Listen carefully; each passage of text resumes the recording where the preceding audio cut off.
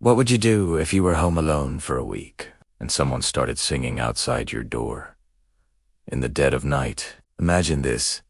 The snow is falling hard, blanketing your entire town in this quiet, almost magical winter glow. His parents were out of state visiting relatives, and his younger sister was staying at a friend's house for the holidays. He had the entire place to himself. He pictured it perfectly. A week of no curfews, no distractions, just endless hours of binging shows and playing video games. A teenager's dream, right? He made himself a simple dinner, threw some Christmas lights up in the living room for a festive vibe, and settled onto the couch.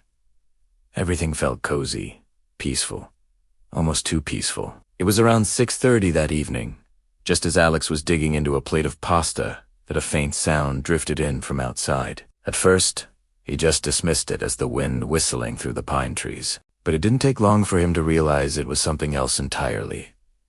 It was singing, soft, almost hesitant, and carrying a tune that sounded familiar, but wrong. Somehow, just wrong. Alex froze, his spoon still halfway to his mouth, and he strained to listen. The song grew clearer. Jingle bells, he muttered to himself, his heart starting to pound.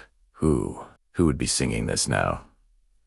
All the neighborhood kids were long gone. Most of the families in Clearwater Hollow had already left for the holidays. He paused the TV and tiptoed toward the front door. Through the frosted glass, he could just make out a figure standing on the porch. It was a man. He looked to be in his mid-30s, and he was wearing a coat so thin it could impossibly be protecting him from the icy December air. His hands were empty. He was just standing there, staring down at the welcome mat, singing that one song over and over, in a low, off-key, monotone. A chill ran straight down Alex's spine. Something about the man's gaze was completely unnatural. It wasn't friendly, and it wasn't like he was lost or confused. It was deliberate. Alex tried to keep his voice steady as he called out, "Hello." The man didn't even flinch. He just kept singing. Alex's heart was now hammering against his ribs. He forced a polite, nervous smile and said, "Thanks, I guess," before quickly shutting and locking the door.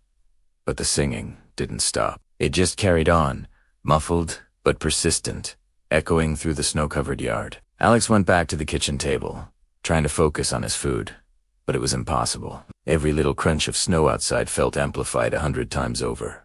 10 minutes passed.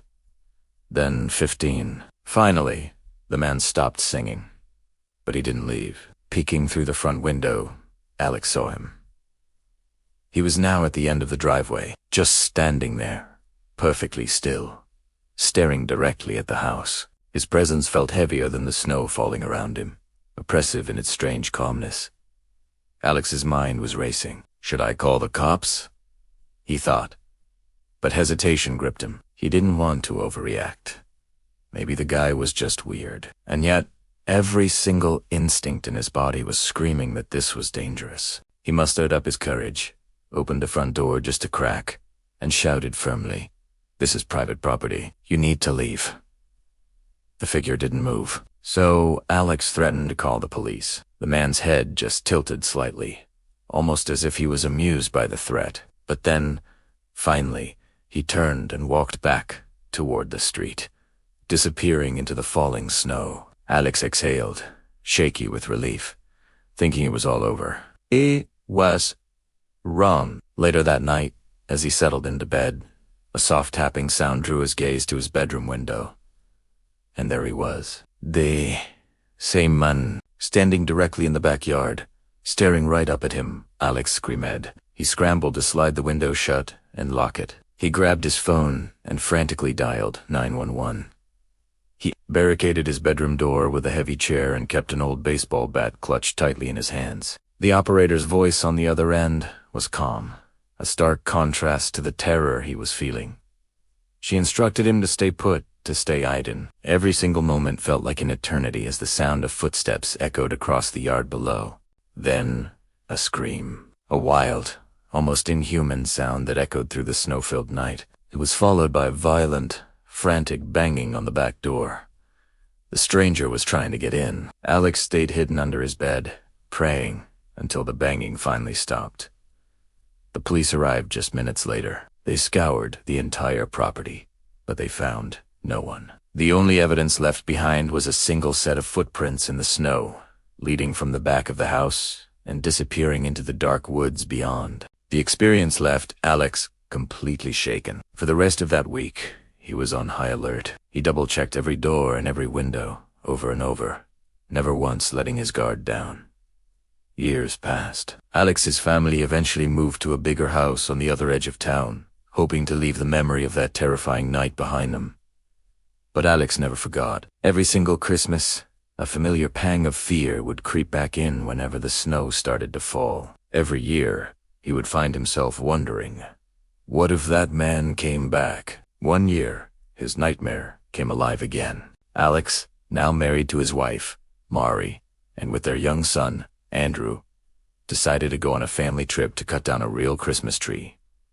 Up in the mountains, they trudged along a snow-draped path, their flashlights cutting through the early evening darkness. The woods were completely silent, except for the crunch of their own footsteps in the snow. Andrew was laughing, playfully tossing snowballs at his parents. Alex and Mari shared a smile, but a subtle, creeping unease had started to settle over them, and then they heard it. A slow, crunching sound coming from somewhere behind them on the path. It wasn't the playful steps of a child, and it wasn't an animal.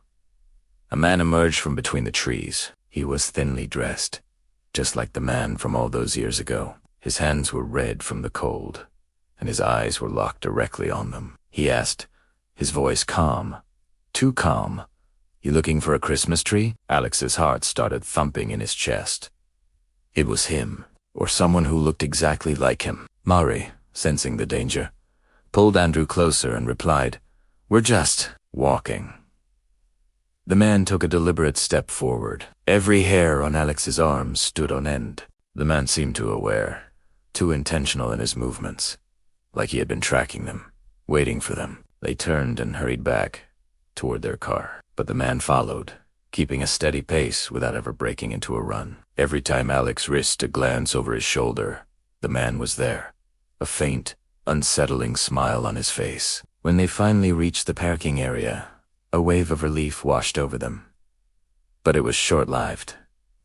Mari screamed. Both of the right side tires of their truck had been punctured. They were slashed.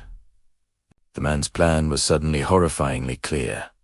He wanted to isolate them, trap them out here in the woods. Alex grabbed a small axe from the back of the truck for protection. Mari was already on the phone, calling 911, while Alex kept a watchful eye on the tree line. Then, two more figures appeared from the woods. They moved with that same slow, deliberate pace, waving their hands and saying, "We're here to help. Your tires are flat."